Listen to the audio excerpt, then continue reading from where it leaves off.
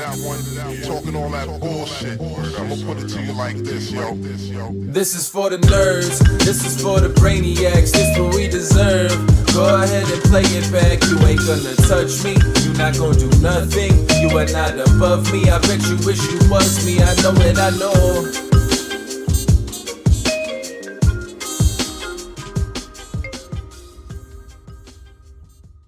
What's up, everybody? Welcome back to another episode of the Only Friends podcast. It's Wardrobe Wednesday, baby. We're all here, showing up, showing out in our winter gear. I don't know what the fuck these glasses are, man. What are you talking about? I don't understand. It's fucking bright in here. All right, I'm here to cool things down. The hoodie that started it all. You don't like the glasses? I think they go good with this. I don't think he likes the hoodie. This whole outfit I got going on here. I got this cool ass hoodie from Matt Berkey because he double ordered. So I figured I'd wear this, knowing that you couldn't talk shit on it. That's true. And then you know what? Shades feel nice. I also ordered a red one, similar to that. I'll take it. No, I was going to remark that I don't know where it's at. Tortoise, do you have your other shades down there? My other shades? Yeah, because I feel like the white. You're saying that? Yeah, that might make it kind of just pop off. Oh, Landon's gonna wear them, so that's fine. No. I'm ready to win the main. I just have a real problem with people who wear sunglasses indoors. Yeah, I know. I usually do, but you know what? This is different, right? We're on a podcast. Turtle. This is not like I'm just walking around. Like I would never do this outside of this realm, if you will. Oh. I think I'm cooking today. Plus, I might fall asleep. I didn't get good sleep last night, so if I fall asleep, you guys will never know. I can't see Turtle with the glasses because there's lights in front of me. This is douchey. Those glasses are timeless. They are timeless. But I like these They better. transcend all generations. I think you need to wear those day one for the main every year. Day one for the main? Those glasses as an homage to your former self. I mean, those glasses. I never bust day one in the main. Now put those glasses on over those glasses. Yeah. That's a winner. I really can't see shit. It's quite the bit we've got going on here. That's a real winner. All right, we have some poker to discuss here, boys and girls. Do we? Well, yeah. I mean, there are some things going on. First of all, what do we got? If we don't talk about poker, I'm just going to spend the entire time talking about how this is a trap week for the Steelers. And it's such a trap week. I'm fucking terrified. We're not picking them, are we? Well, dude. No, of course not. No. Thank God. Of course not. We have a way better pick. Yeah, I know. I know my Steelers, and it's not going to be good. Who do you guys have? We're in Cleveland, and it's just like we should just win that game. But the Steelers always find a way to lose games they're supposed to win, and this just seems like one. No, I'm not saying they're going to lose. It's just how many points are you giving up? Right, I think the line is 3.5. The weather's getting AFC Northy, if you will. So it'll be a field goal game for sure. Yeah. My problem is that my entire timeline is littered with people that are saying the Steelers are better than the Chiefs now, which, hey, in my heart of hearts, would love to believe. But let's pump the fucking brakes for a second. Here's the thing. I think that everyone thinks the Chiefs are a little bit of a fraud this year. Oh, they are, for sure. They are the back-to-back defending champions. We should give them a little bit of respect. They still have Mahomes, but all their games were super, super close. It could have won either way. They were saying if all those one-score games went the other way, they would be 7-2 or 7. But that's the thing. But obviously, yeah, right. There's good teams figure out a way, find ways to win. There's a million stat-adjusted things. They were showing score-adjusted for the Steelers. It would be 4-6 or something like that. Yeah. Whatever. Hey man. Right. Doesn't matter. The Chiefs win the one-score game. The Chargers had a 16-game losing streak within a field goal or less. The good teams know how to win those games. The bad teams are what they are. Here's a stat for you. Mike Tomlin on Thursday night, divisional games on the road, 0-7. Newsflash, buddy. 0-7 in divisional games on the road. On Thursday night on the road. Thursday night on the road. Yeah. Trap game. Yeah. Trap game. Sounds like we should just take the Browns this week. Fucking hammer the Steelers. Take the Browns? Just hammer the Steelers. Well, I mean, hey, man, if you think they're going to lose, then we got a lock. Just hammer the Steelers. I might take the Browns in my weekend warrior pick. No, you won't. No, I won't. Well, no, that way it's a win-win. Either the Steelers win or the Browns win and you win your weekend warrior pick. Sticking with the script of how we are clearly going to win the Circa Survivor as a podcast. The podcast Run Good found its way to our good friend Marle. She hopped the plane, flew right back over to Europe, and then got second place in the 2200 high roller at the UK IPT Nottingham. That was good for some amount of money. I think it was like 33K, 33.5 in dollars. Plus bounties, maybe? 26,550 euros. Oh, that's what the conversion was. I thought there was like bounties involved. Okay. Marley did that for all of our American folk. We appreciate that. Yeah. She literally left us the day after we recorded the podcast. Can she convert it to Day of. to Day Bitcoin? of. It's like 0.3 Bitcoin. Yeah. When do we start talking in Bitcoins? Soon. Soon? Yeah. When everything is converted into Bitcoins, that's when we'll all be rich. I was telling the turtle yesterday, like, I think I remember some kid's father, when I was in middle school, was talking about how Bitcoin was the wave. And Bitcoin, this was like 2013 or something. Maybe Yeah. even earlier, right? It was just like as soon as it came out, like maybe a year, 2 years after. And we're all in sixth grade. We don't know what's going on God, here. you should have listened to him. No one has money. I mean, I know, those right? kids did have. You didn't need money. You needed like 10 cents. Yeah, Yeah. you could have got a coin. I mean, if You could have become a millionaire just by investing your lunch money. if buckets or pails and rabbits or snails, Christmas would be in July. That's not the saying at all. I know, but I kind of like that one. I do kind of like that one, but it's ifs and buts were candy and nuts. I It'd know. be Christmas in July. But this was like a The Landon version. not my version. Someone like a neighbor said that. I when know was this is an younger. old video, but I saw. Or I think the it's kid if that- my aunt had a cock, should be my uncle. Go on. Some kid paid for a pizza, God knows how many years ago, for like 90 million 10,000 worth of Bitcoin. Bitcoin or some shit. 10,000 Bitcoin for a pizza. You've Right. seen the clip of. I think that number just inflates every time the story gets retold. Probably, but It's 100,000 still, Bitcoin at this point. It's a good story. Yeah. You've seen the clip where the guy like is making some food and it's like, if my grandma had wheels, she would be a bike. Yeah. There you go. You get it. That's the PG version of it. Yeah. Right. If my aunt You had just a cock, she'd you be went my straight uncle. for it, Yeah. Burke. Yeah. Well, Yeah. that's the Bobby Room It version. was like, if this penne had like a ham, it'd be a carbonara. And he was just like, if my grandma had wheels, he would be a bike. And the macaroni cheese. And losing Fuck, are you stroking out? I Yeah. feel like Burke. I feel like you should leave the Bobby Room versions Bobby in Bobby's room. Bobby room. I mean, That's for I'm Robert. sure. I'm sure that's one of the tamest things they say in there. by far. Yeah. Is, Not even is- close. is it Bobby's room or is it Robert's room? Right. I think it's Bobby. Robert, Can confirm it's Bobby. Robert's room. We were going somewhere with this. and- Poker talk. Poker, Marley. Yeah, One, yeah, all that second. happened. Yep. Congratulations. Bitcoin. It's definitely somebody out there with like a flash drive somewhere. Oh, No idea. Maybe, It's- God. maybe we'll see Marley in the Triton streets now. Man, Maybe. no, I don't. Maybe. Yeah, she can go battle with Gambledore. Gambledore. That'd be Gambledore. great. That was That a guy nice probably has some segue. Bitcoin. That, you know what? I appreciate that segue because I don't know who it was, but someone stepped on my. You could have never been in my head to know what I was going, but I was gonna. When Landon was telling the story about the hip dad who was onto Bitcoin, I was gonna say not like the hip dad onto XRP, but here we are. I was actually thinking that as well.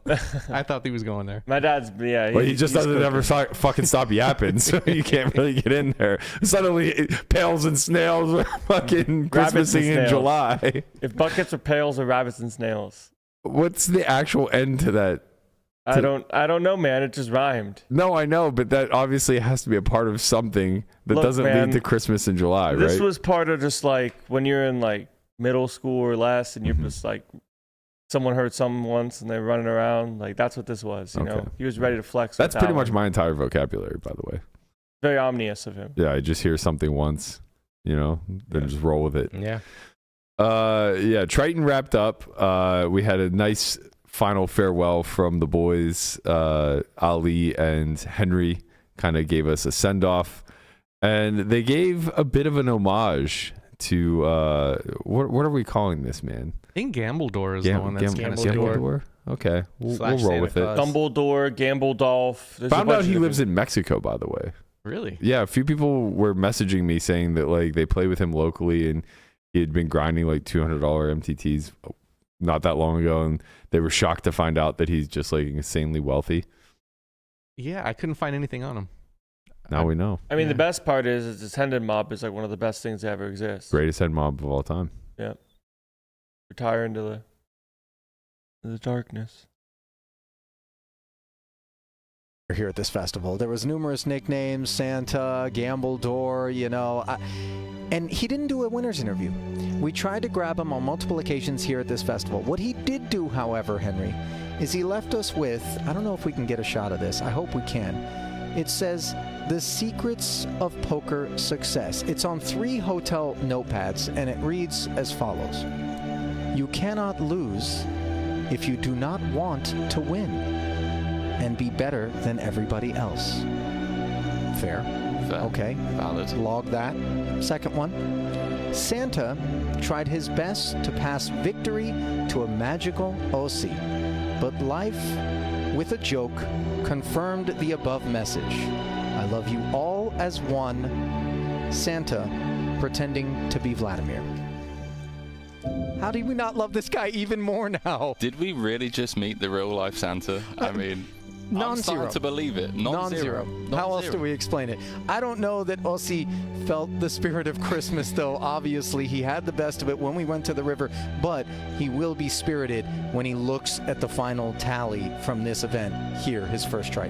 Do you think we're going to see Vladimir again? I'm not sure, man. I would love to, but at the same time, it's kind of like... Job done. Yeah, job done. He's got his thing going on, so... Box checked, experience collected. Exactly. Now I need to spread this message of love elsewhere. Exactly. I don't know how to tell you this, but Santa himself has just stepped over next to producer James. Will you just come, please? Please come here for one moment. Vladimir Korzinin, ladies and gentlemen. This is unscripted. I just watched him come over here. Can I hand you a headset? Will you speak, please? I have your notes. This is... I just want to make sure that I didn't miss anything. Exactly. If you do not want to win and be better than anybody else, love you all. Henry, you know what we have to do, right? Yeah, give him a hug. You know what we have to do. Give him a hug. We have to get a Santa group hug. Vladimir Korzinin, you guys, this is the champion of the festival. No question about it, regardless. I hope we see you again. Thank you, Vlad. Appreciate it. Good luck on your onward journey, man. Amazing. How cool is that? He's a legend. I love the music. The music was perfect, Yes. but I really wish it would have been the music from the Gambledore video that Pads always plays. It should have been Creed. No, what's the one where... Dun, dun, dun, dun, dun, dun. Yeah, the Gandalf. Yeah. Gandalf, yeah. Yeah. Love those Pad stories. Can't be Creed, man. Come on. Not everything can be Creed. Yes, it can. LaManna looks like he listens to Creed. Where blind Right. men see. I'm just here with arms wide open, guys. Yeah. That's Gambledore. Mm-hmm. With What a arms legend. wide What an open Mm-hmm. absolute Honestly. legend this guy is. Like, the I- sunlight. I know. Shut the fuck up. Now I know how you feel, Take Mark. me to Christ. this place.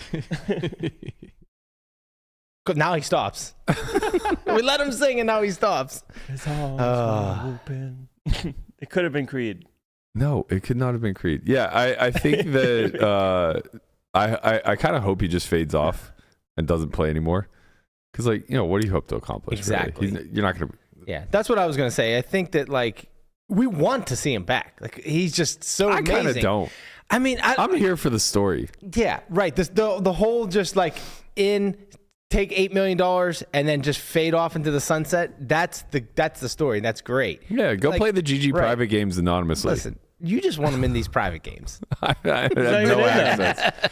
I have no access. But I'm saying, like, I think that there's like certain lore around him right now. Right.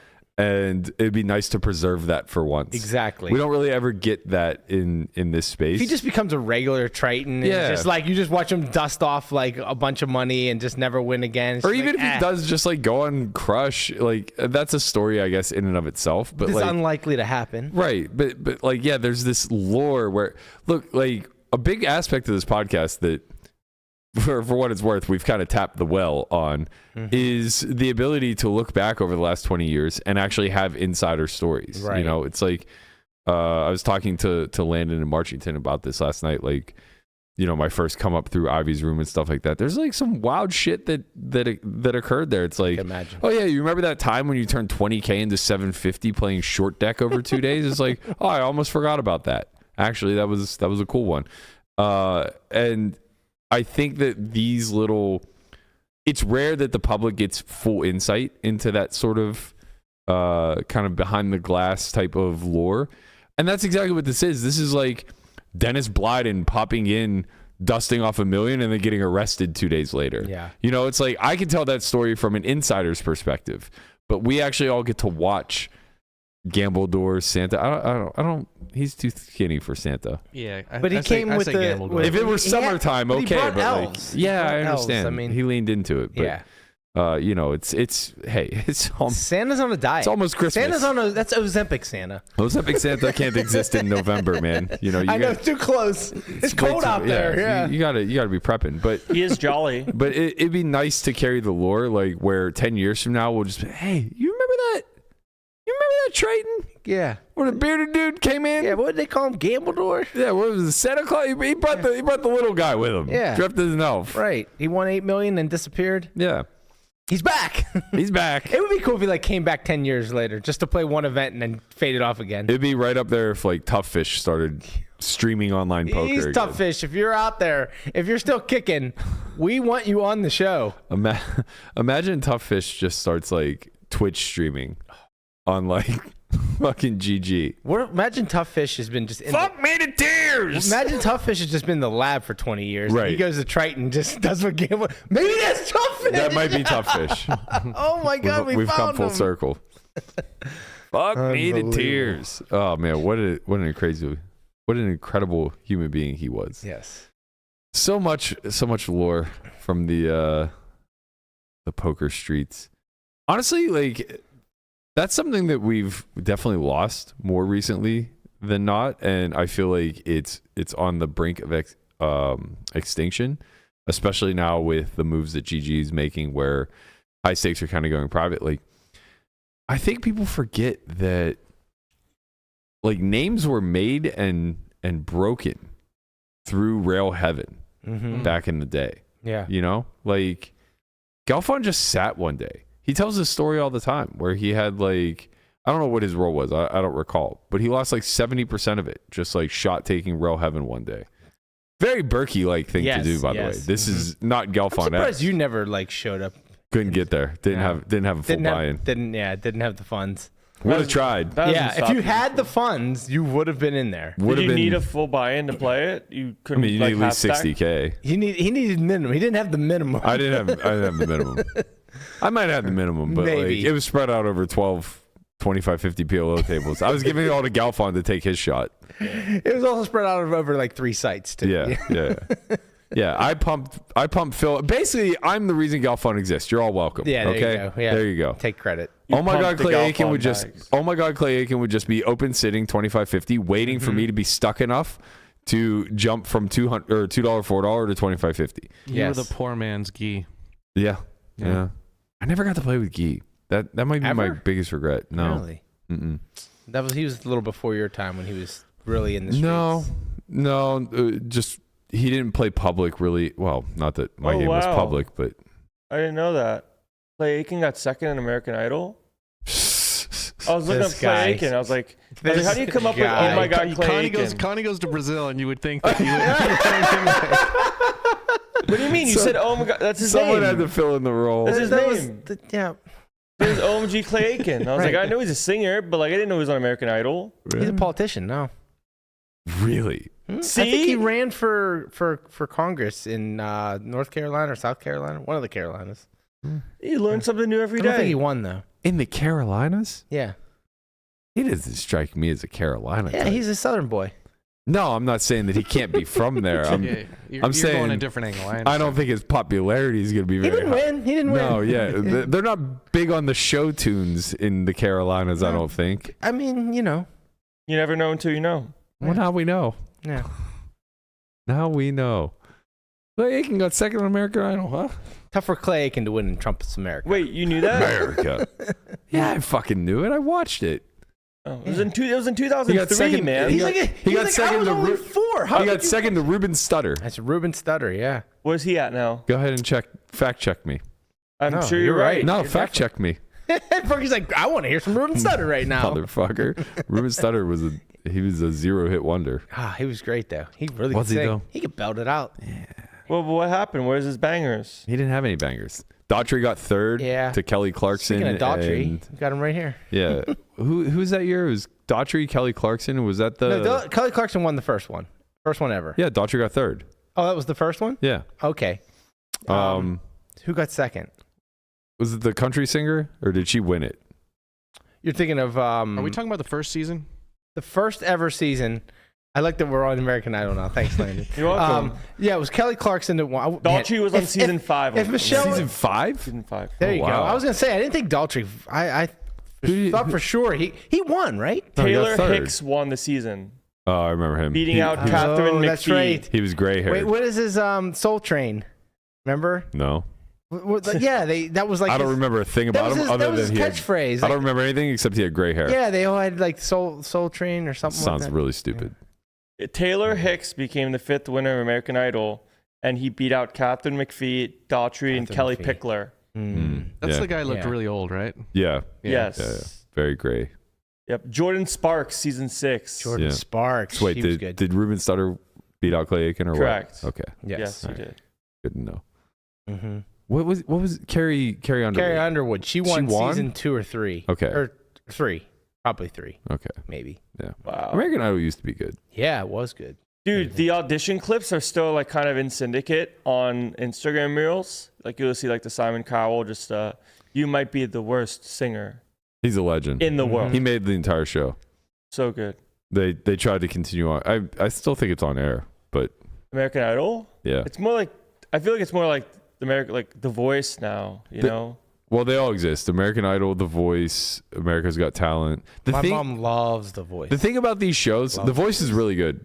I've binged. I feel The like Voice. if I watched it, I would get into it. I don't want to say the issue with these shows, but what's been revealed over the last 25 years of these shows running is that the bar for being an incredibly talented singer is not as high as I think people like us who can't sing believe it to be. What I'm really saying is that there's a lot of talent when it comes to being able to sing, but whatever takes it between, being amazing and being a star, I as the audience don't know, and it's really hard to display in these shows. Yeah. So like you just end up with a fan favorite where that you like something win. about them and they either win or they don't. But my point is like you'll be like watching somebody audition and like, holy fuck, they're incredible, and then all the judges just pass. And you're like, I don't know what I'm talking about. That's abundantly clear. Yeah. Did you guys get into So You Think You Can Dance at all? I loved this show. I didn't even know it was a show. When people failed on here, it was like epic failure. It was so good. Like Dancing with the Stars is still around, right? I feel like that's the Elaine right there. I feel like this is where the breakdancer worked out her chops. The Australian breakdancer. Ray Gun? Yeah, Ray Gun. Big Halloween costume this year. Nikki was her. Yeah, Nick. She was definitely a fan favorite. Bynum from the Vikings caught a pick and then Ray gunned in the end zone. Yeah. So that was amazing. Yeah. Oh man, people sending me the Tyson clip of him pulling the punch. Yeah. Guapo's convinced. It literally says, not sure if this is legit, but if it is, Guapo can't argue anymore. Oh man. Listen, the funny thing is people want to argue this. There's absolutely no way of proving one side or the other. Like, it's just dumb. Like, it was a legit Did you guys fight. see what? He got Did his you guys ass see what kicked. End of story. Sylvester Stallone is convinced it was rigged, but he said he had to do what he had to do for his family. I think I sent his post in the chat. Yeah, I can't read it because I'm too far away. Just to set my personal record straight, business is business. Sometimes you have to do hard things and sacrifice. This sounds like it's right out of the Rocky Balboa. 100%. You gotta keep moving. Right, you should do it in Rocky's voice, please. I've known this unbelievable athlete since he's 19 years old, and what we saw was him giving one of the greatest Oscar-winning performances of all time. Please, Jake, be grateful. He spared your life. Trust me. Keep punching, Mike. There will never be a man like you. I wonder why a guy in his 70s who used to have the limelight is all of a sudden sticking up for Mike Tyson. It's so odd. I can't figure it out. Guapo, I love it. He won't be budged. He absolutely will not be budged. No, you shouldn't be. You stick to your guns, Guapo. I'm not going anywhere. I I just want to know why you're so convinced that a boxing match can't be rigged. I think a boxing match can absolutely be rigged. You're asking me if I think this one was, and I say it wasn't. And I get why he said literally, like I was talking to Guapo before. I knew what was going to happen. He before literally the fight told me even started. exactly how it was going to go. And then the first 2 rounds, like Mike's going to look okay, and then after that, it's done. Okay, well, if you as the general audience believes that's going to be the script, don't you think that's a pretty easy one to write and sell if you're the 2 fucking members in the ring? that's also true. Okay. They say, hey, Mike, look good for 2 rounds and then stop looking so good. Right. Yeah, start looking like a 60-year-old. Yeah. Make sure you don't throw that fucking right cross whenever I leave myself wide open after missing a jab. Just pull it back a little bit, chew on the glove. You guys pull the drapes and everything's exposed. I'll tell you right now, man. If he had swung there, that fight would have been over on that exact punch. We can at least agree on that. If he had caught him square on the fucking chin with a right cross with everything that he had. If I hit Jake Paul with everything that I have square on the chin, he's going to go down. That doesn't say much. Not down. Out. Okay, yeah, if I hit him, I'm going to knock him out. Wait, would he go out or he go out? You go out. You go out to the outhouse. Lights out. Lights out, baby. Punch out. Nintendo prepped us for this. Yeah. Yeah, man. I don't know. They prepped us for the 60-year-old Mike Tyson. The versus 27-year-old influencer. I don't know. I mean, this whole thing, it's just... Do you think, Guapo, in your expert opinion, do you think Tyson will ever fight again? No. Never? That was it? No. He's not going to fight Logan Paul? No. I will kill you, Mike. Unbelievable. We're all just dust. Yeah. You're nothing. We're going to die. Oh, man. You're going to be worm food. I just like that there's a little bit more light on boxing now. Like, boxing was my first love, and now I'm over to MMA. It's just that boxing has become so corrupt with so many different No, you don't say. Well, hold on a second. I'm talking about the promotional side of it. Like, the best not fighting the best because it's not in the best interest of the MMA's promoter going that way, I or the think, too. fighter. I think MMA's nice. I think Dana kind of gets to have a little more control so it doesn't actually happen. But he does match up the best fighters against the best fighters. Like the Izzy versus Pajeda. Yeah, it happened 3 times. Well, yeah, I mean, anything that's going to bring in a big gate, he's obviously going to go hard for. But yeah, I don't know. I don't follow it closely enough to have a strong opinion here. Should we just get into the women's boxing because the Kelly Taylor, is that what her name? Kelly Taylor and Katie Taylor and Amanda Serrano. That fight was unreal. Yeah, the first one was really good too. I'm not sure which one's which, but one of them had their eye just absolutely that was Amanda. Imploded. Yeah. She accused Katie of intentionally headbutting her.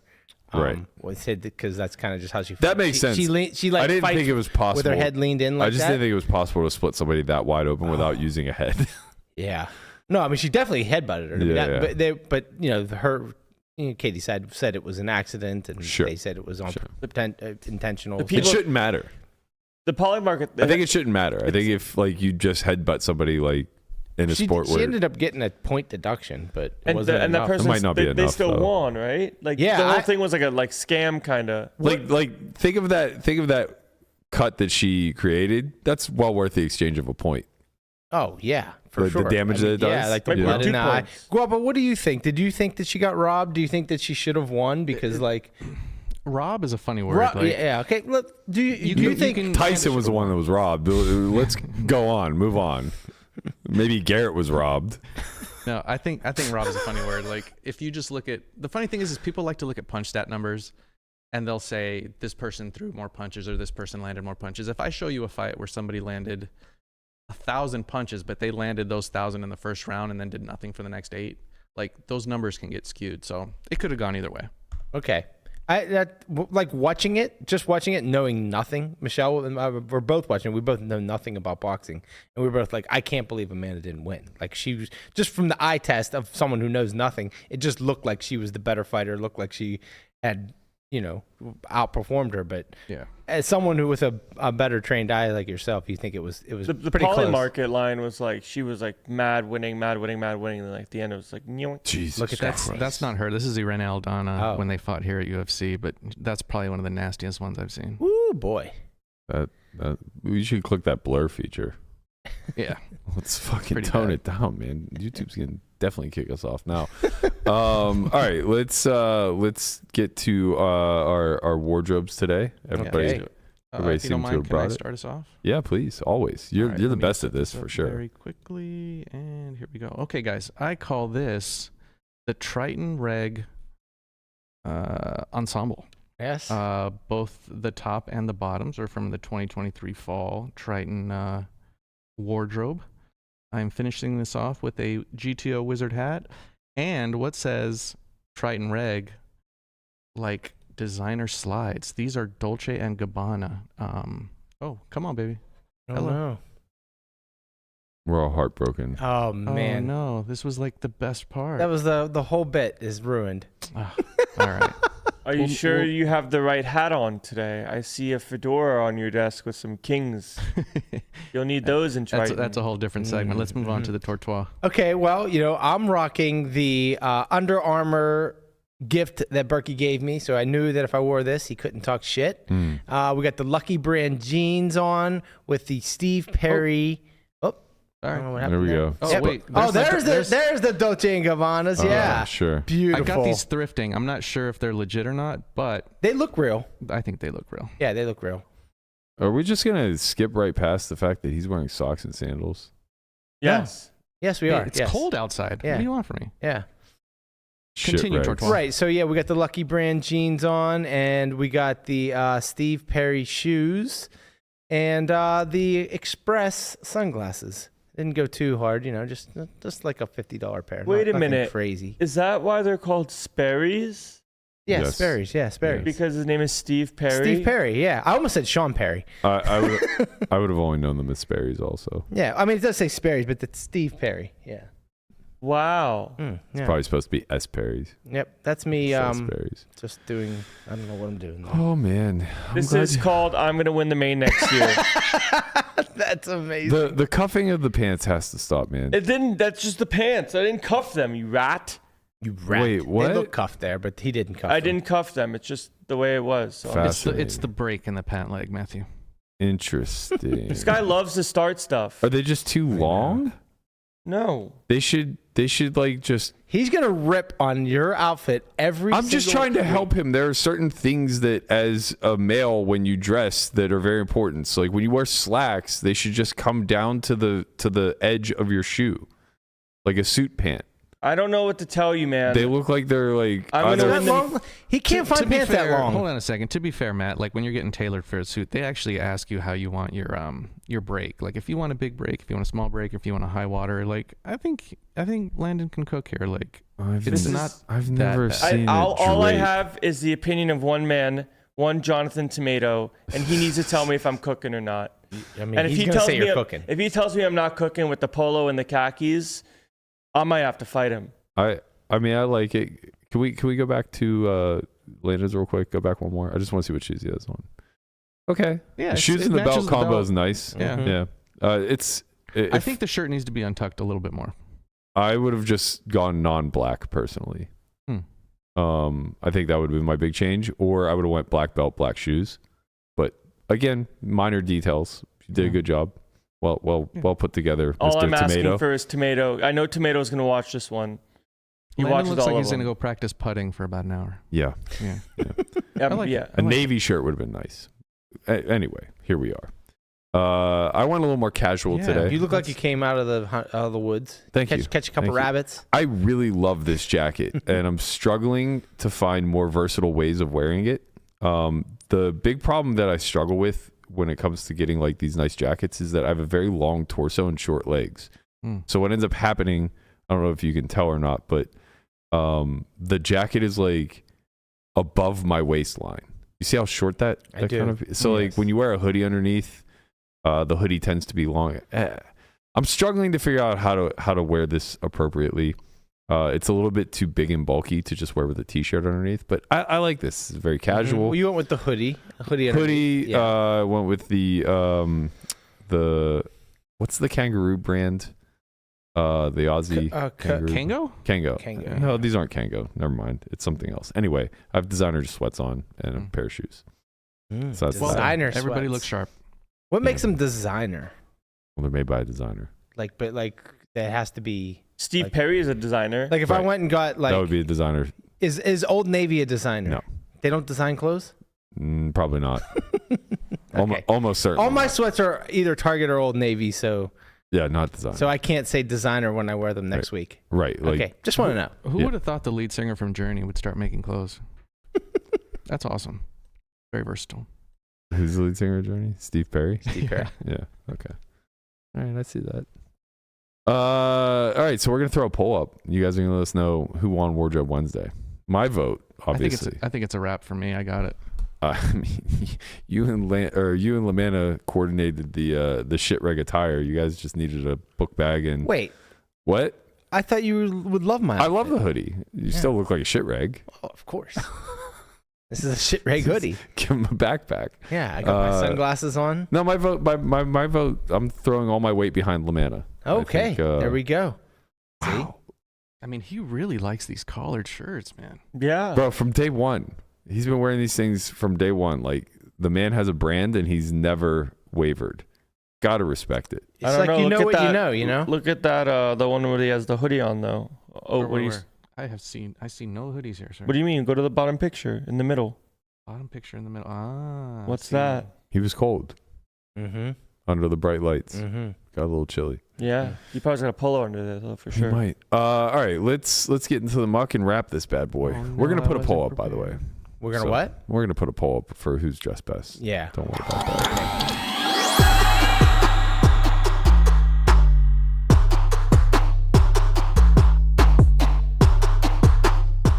I knew I won last week. Crazy. You did win last week. We'll give it to you. Even though Berkey told you didn't, you won. Once again, he just talks and says nothing important ever again. Can we not fight before? All right, no, we're that's fighting. okay. Yeah, that's right. I'm Like in the Landon's muck. in the muck. I'm in the muck because and- this guy lies to me. And who we got this mission? I think it's Wombo. Something like that. Is in the muck. They're playing Wombo. 1-3. Yeah, Wombo. You don't know about Wombo's in the muck. Wombo? You don't know about Wombo? He Wombo, she Wombo, Mhm. he, we, Wombo, Wombology, Hey, Wombo's the study of facing a- Wombo. You done? No. Okay. You don't know about Wombo? We're on the clock. Let's go. Yeah. So we got Wombo playing a 1-3 game. He's facing an undergun raise to a 5x, 15 at the 1-3, and he has ace queen of hearts. Decides to 3-bet to 60 and faces a call.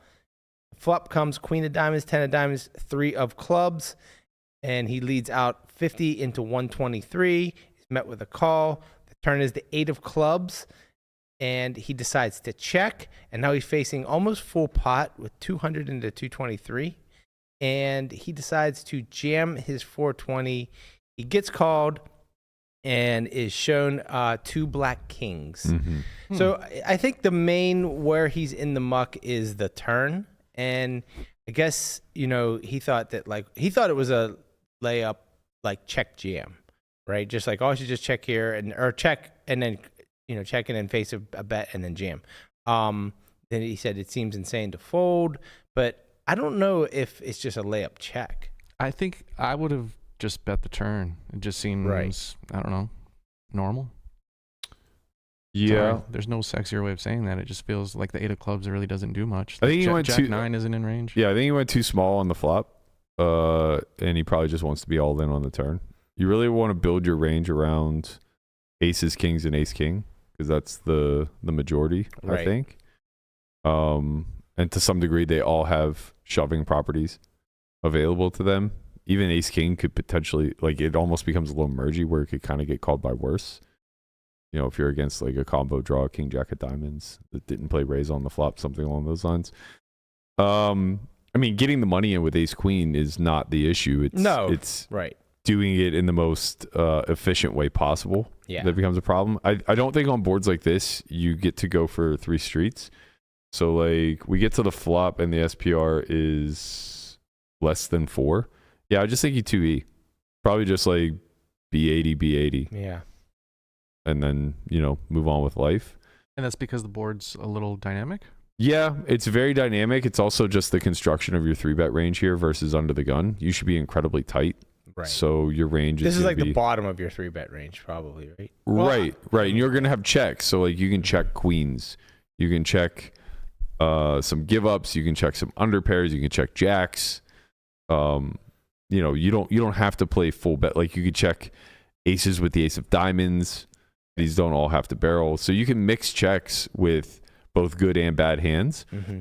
And when I say bottom, I mean bottom of the upper pole, I guess, right? Shouldn't you be pulled there, right? Like, yeah. Like you're not going to have ace queen off ever. Right. And you shouldn't have ace queen suited in full. But you might have like some ace fives and stuff like that. Correct. Right? Yeah. So like your high-low combos would probably one and done. Mm-hmm. And it's a tricky spot. These are the situations where it's like if you're not studying 3 or 4 bet pots with low SPRs, you're kind of missing how the money gets to go in. And again, like you just die versus kings. Like kudos to seat 4 for trapping appropriately nonetheless. Probably could have made a case for mixing a jam with kings pre. We'll take a look and see what the actual range construction looks like in theory. But I don't know. What do you think, Landon? Any notes? I kind of don't mind check. On flop or on turn? On turn. What would Tomato do? Tomato would bet big on the flop and jam the turn. Tomato would get the money now. You don't mind check as played, or you don't mind check in a general line? I don't mind general check. Okay, go on. I just think that it's a reasonable hand to play a check raise all in, get all the money on the turn. Like it makes sense to go big on flop, but he didn't do that. Because I feel like this board is not a range bet, which means you're going to want to play bigger size in checks. But when you choose the small size, now you have a lot of hands in your range, and right now you're talking as played. As played, I'm much more on your side. Yeah. But like if we big bet flop, I would probably just be all in on the turn. Yeah, that's what. Okay. But with the way things are going, yeah. We probably don't play a lot of bet check after betting 2E on flop. Probably not going to play a lot of check on turn. Not on a brick. Maybe on like a flush complete or possibly a straight complete. I mean, sometimes you're going to have a good hand when you bet and then check. I just don't know what that looks like. What I'm saying is I don't think on the 8 of clubs we're going to play a lot in the way of check. I guess you check like pocket tens. Yeah. I guess. I mean, we can you'll check everything at a frequency, but like... Well, that's what I'm saying. Is like, so how bad can checking be? Right, but like that's not the question. Like, what are you talking about, man? He's saying like, how would you go about constructing like your line in this hand? Like, would you like how would you go about it? You would probably big bet the flop and then all in on the turn, right? I think so, but I just mean like if you're gonna go 2E, like you're not just betting the turn with all your value. No, I understand that, but what I'm saying is like if you bet like if you globally bet like 65% of the time on the turn, then your checks are just going to be comprised of small frequencies of all hands. Right. I don't think that's true. Like you think you're going to have like some pure check? I mean, yeah, you're going to have some pure check. Well, no, I don't think like Jacks will 2E. Jacks isn't going to bet the flop. That's what I'm saying. So I don't think you're going to have like pure checks on the turn. Like on the turn 8 of clubs. You're saying if you bet big on the flop, I don't think the range that goes forward with that is not going to pure check anything. Right. Maybe you'll have a couple give ups, but I don't think you're going to find like, check calls. Yeah, like too many traps. Well, I'm saying I think you have to have check calls. That's how it works. Yes, you do. But I'm saying that it's going to be relative. Like the frequencies should be relatively Nothing's low. pure, you're saying. Agreed. Yeah. So, like I don't think there are going to be like high frequency checks with value hands after betting 2E. Yeah. You might just have queens and you play it that way. Yeah, and you might just start off with a check at a high frequency on flop with queens. Because Landon's right. This is definitely not a range bet board. Yeah, I just mean just because you bet 2E with your value doesn't mean you always get the power of your value on the turn. Point taken. Not what I was implying, but that's a valid point. What I'm trying to say is that the general strategy here, if you choose 2E on the flop, will mostly be to follow through on bricks. Yeah. Yeah. 8 of clubs qualifies as brick, yes. Yeah, for sure. Yeah, there's not very many Jack 9s in his range. Yeah. 10-8, Jack 9, probably not coming much from under the gun. See Is what the wizard. 2E 67% here, Matt? Let's find out. It's probably a little bit under, it's under 2E. I think 2E is going to be 80. If SPR was like 4. No, Wouldn't it's it like 3. I was gonna say if it's 4, it'd be pot, right? You Yeah. did 3E, Matt. Is that what you meant to do? Oh, no, it's not. Thank you, Guapo. Guapo's on it. Oops. Shit. No, that's right.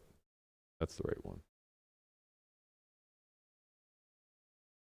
It does like 3E though, but just because it's a smaller size. Like given 55 or 67, we'll choose that. Oh, okay. Did I fuck the SPR up? It's over 4. That's not the real SPR, right? The SPR would be let's see, there's 120 470 in there. into 120. Yeah, so that's 4. Oh yeah, just shy of 4. That's $10 shy of 4. Yeah, just shy of 4. Okay. Okay, so 2E is probably not a strat, and as you can see, it's not used. Yeah. Okay, so that makes things a little bit more interesting. So machine likes 3E? Something in between. 67's Just fine. B67. Yeah. So just big bet. Yeah, A big bet. flop. Yeah. Queens actually does bet at a higher frequency than I would have guessed. Tens is doing all the checking. So tens is where You just don't have it that we're pulling often. our flop check trap from. Yeah. So tens and jacks are our only pure checks. I guess like ace 7 suited, but we have it as close to never as possible. And Wombo bet And that 40%? doesn't feel intuitive. Like when you have bottom set here, I mean, maybe Middle I'm set, you mean? just making words here, but you're unblocking a queen, right? There isn't a lot of queen X in under the guns range, I don't think. King, queen, queen, jack, ace, queen, all. Just only suited though. No, actually king queen folds. So it's only ace queen suited. folds to a 3-bet? I mean, it's under the gun 8 versus small blind 3-bet, and it's huge sizings. So yeah, there just isn't like very much queen X. So I think the unblocking properties don't really matter that much. The size of the open and the 3-bet is what's determining what king queen. Like if it was just like a open to 2 1/4 and then like normal 3-bet. I mean, I use 3x sizings in real life. They used 5x and 4x, I think. So it would actually be tighter than this. Okay. We don't have those sims. Right.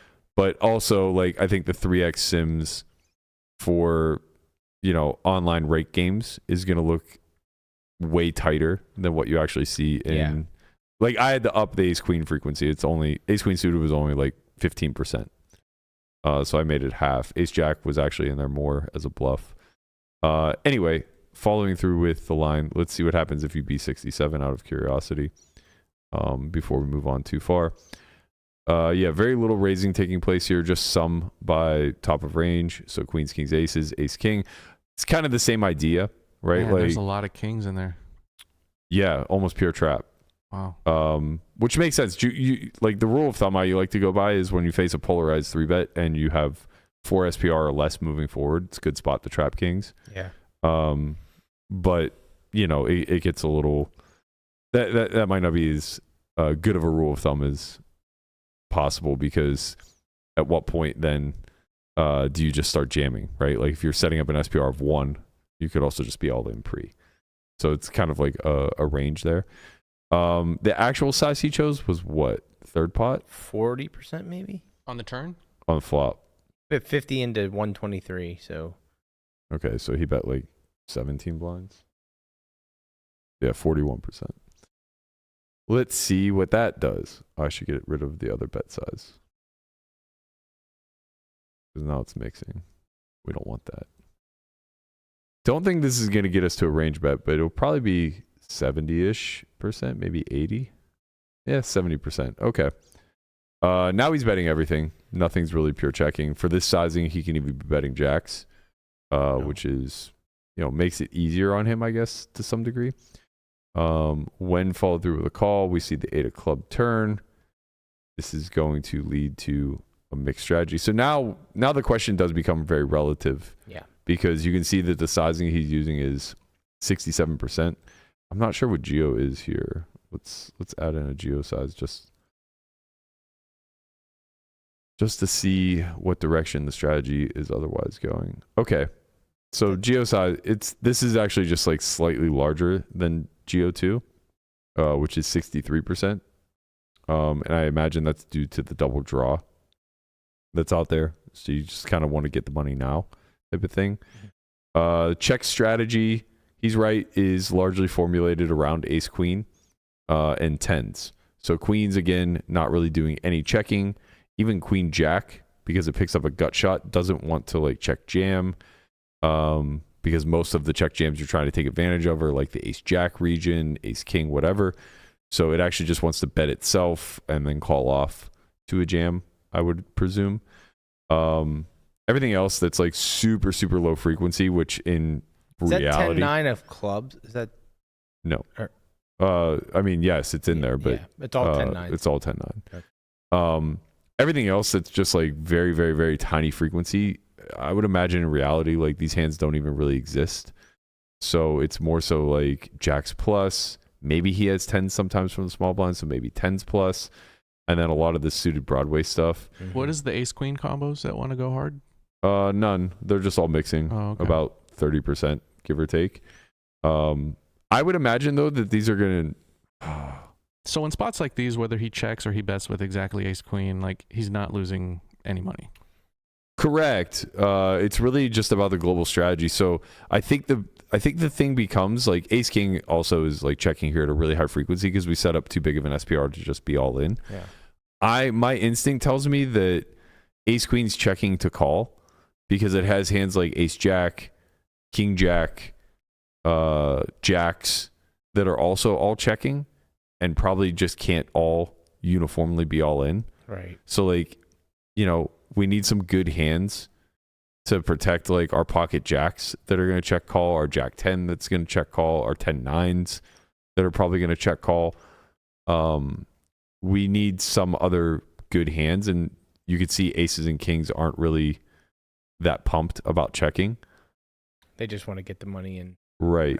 Now my instinct is that like once we do check, the reopen is probably somewhat tight and for a small size. So yeah, it's coming with B40.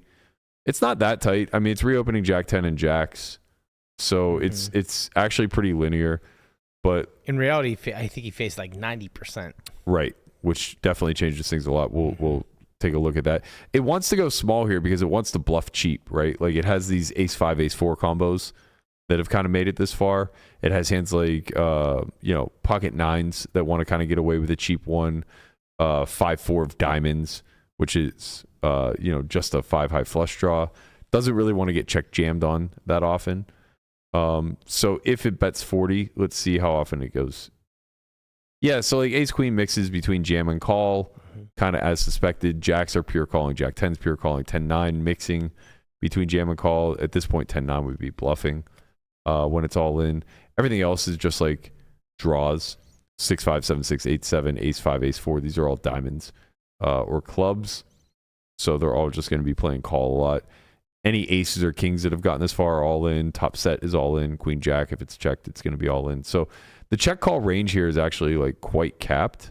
But you can see that like specifically ace queen of clubs wants to just play pure all in. Everything else wants to play check call. So my instinct here was pretty good that I think we have ace king or ace queen of hearts here. It wants to just play call. I was wrong about ace king though. So ace king with a flush draw all in. Other ace kings has to just abort. They're out. So not really strong enough to continue even against B40. And that's a pretty good event for the imposition range. Like once you start folding out ace king for 40% pot, there's really no need to go larger. And facing 90%, maybe we can just like panic fold. Was that the actual size on the Yeah, turn? it was 200 into 220. 220. Yeah, okay. So like 80%. I just want to note something. You've been saying we. That's fair. I mean, to be fair, this is a collective effort. It is. Oh, okay. But yeah, I do hate saying that.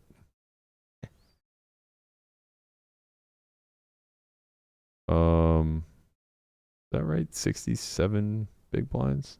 Yeah, that's about right. Okay, so when the reopen comes for the larger size, first you can see it's much tighter. Now jacks never reopening. Jack 10 and 10-9. Only for jack 10 it's only the club variety, so it's betting the call off. 10-9 is 10-9 of clubs is betting the call off. The other 10-9s are bluffing. Kind of same thing with ace jack. Like the combo draws are betting the call off.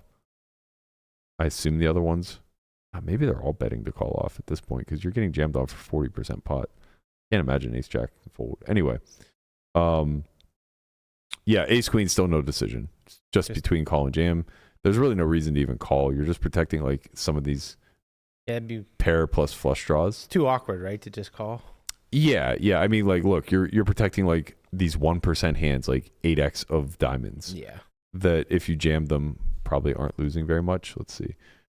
Yeah, I mean, it's like a difference of 1.5% pot share, so it's very minimal. So yeah, just play push fold basically. And you can see ace queen has to be all in. Kings, queens, aces, jacks hit the muck. Jack 10 with a draw in there. 10-9 with a draw in there. Pocket 10's obviously set. Everything else, I mean, this is just like all very intuitive, right? Right. So you know your opponent makes a pretty big sizing error on the turn. And maybe that's what he anticipated when he chose check. Maybe. Which now makes his play pretty sound. Yeah. He said he felt like it was a layup check and then get it in. So maybe like he did know that his opponent would just.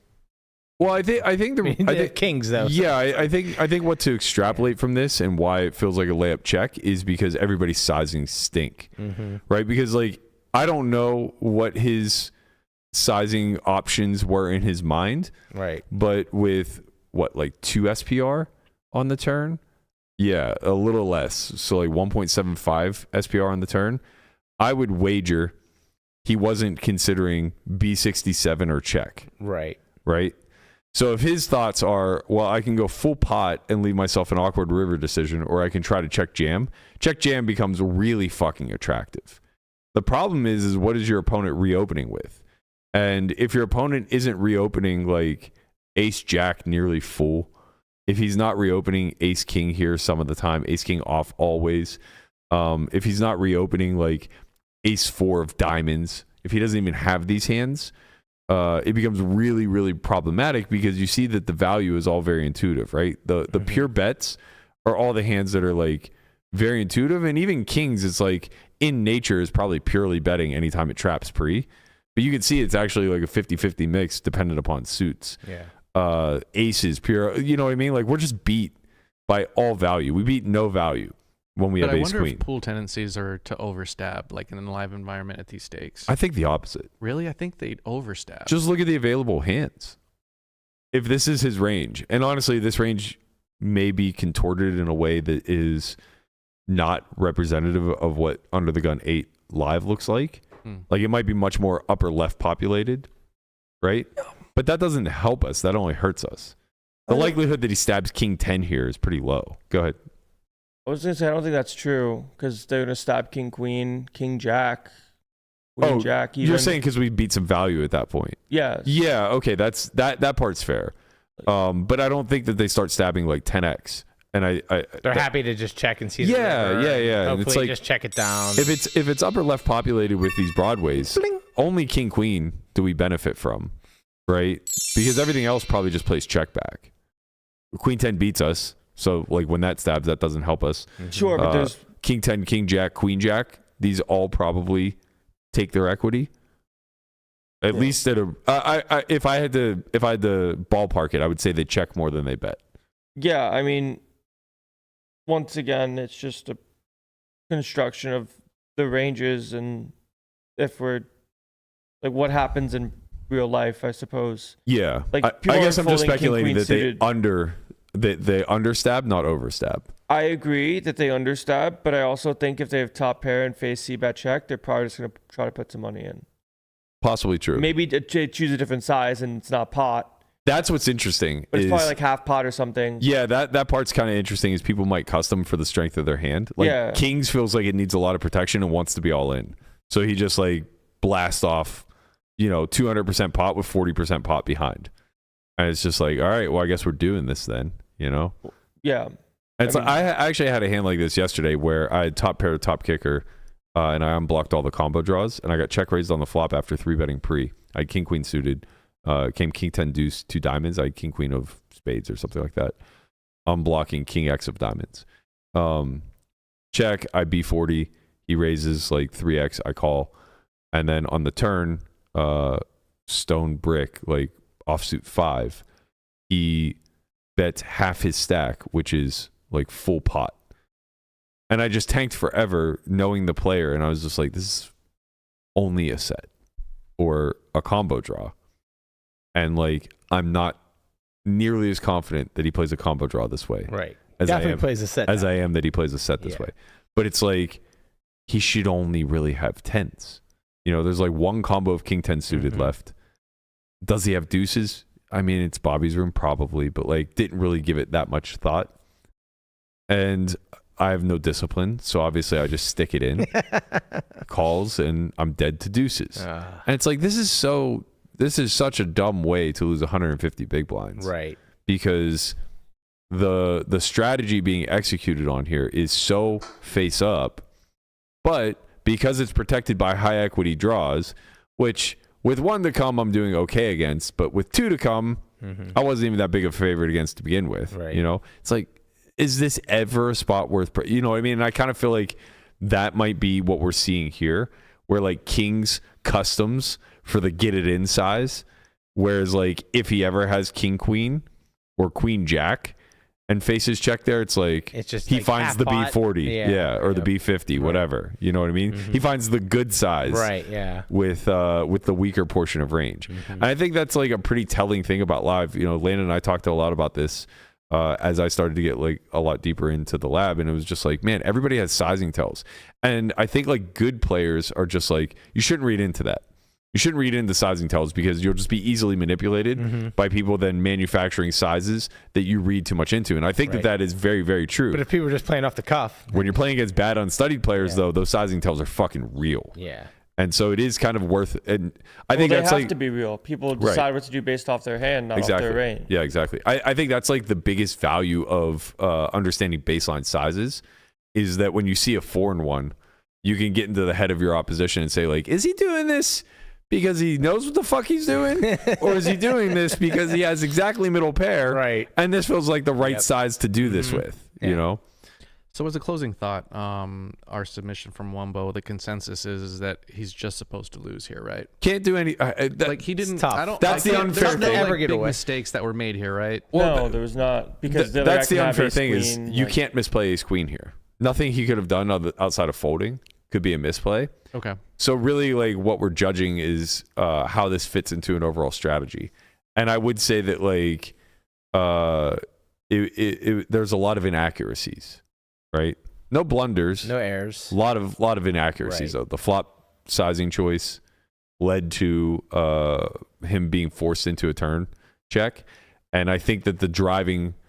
I'm getting into his head a bit, but I think the driving incentives behind that is predicated upon the SPR. He just can't be all in with ace queen and wants to be on the turn, so he checks it instead and lets him do the heavy lifting. Right. Yeah, he said he thought that they could have like, you know, a lot of queens, a lot of 10 plus flush draw or flush draw straight draw kind of combinations. Well, that they could whether they could have those, whether they could have those or not, Yeah. he wants them to have those. Yes, because then they're going to. That's all we could beat. Get It it makes in. his shove so much easier. Right? Well, it's when you face the reopen there, you need that pocket of range to exist. Otherwise you're just torching dead. it against kings and aces and sets. Right. Yeah. So like that's the dangerous game that we play. Like I wouldn't give him an X because like it's a theoretically sound hand, but I think it's for all the wrong reasons. If that makes sense. I mean, again, and it's just a matter of what imposition has when it comes to the top left portion of the range. If he has king queen suited and goes for big bet, It's not even what he has, is what he does. yeah, but some things you can or cannot know. Right. Like it's like kind of him playing live poker. I don't know if I'm not like advocating for the line, but like if he thinks the guy's king queen will bet pot, then sure you can never fold ace queen.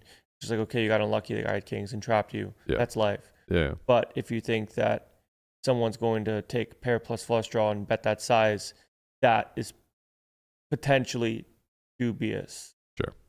You know, That is people true. just want to make they want to make a 5-card hand. Like, why would they want to bet a 10 and a flush draw Agreed.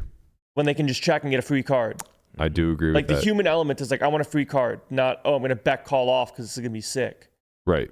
But it's hard to envision that whenever you need them to bet call off in order for your hand to have any value. Yeah.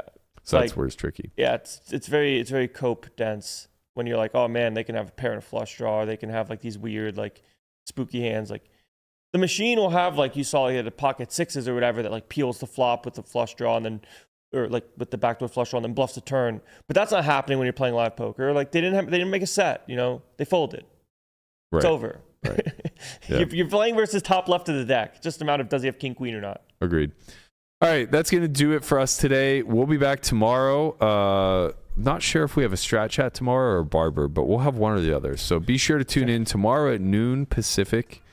We'll be here as always. Who won the contest? So we'll find it then. Yeah. Go ahead and hit end poll. We'll find out. All right, we'll talk to you guys later. Barber's back for Survivor. Peace.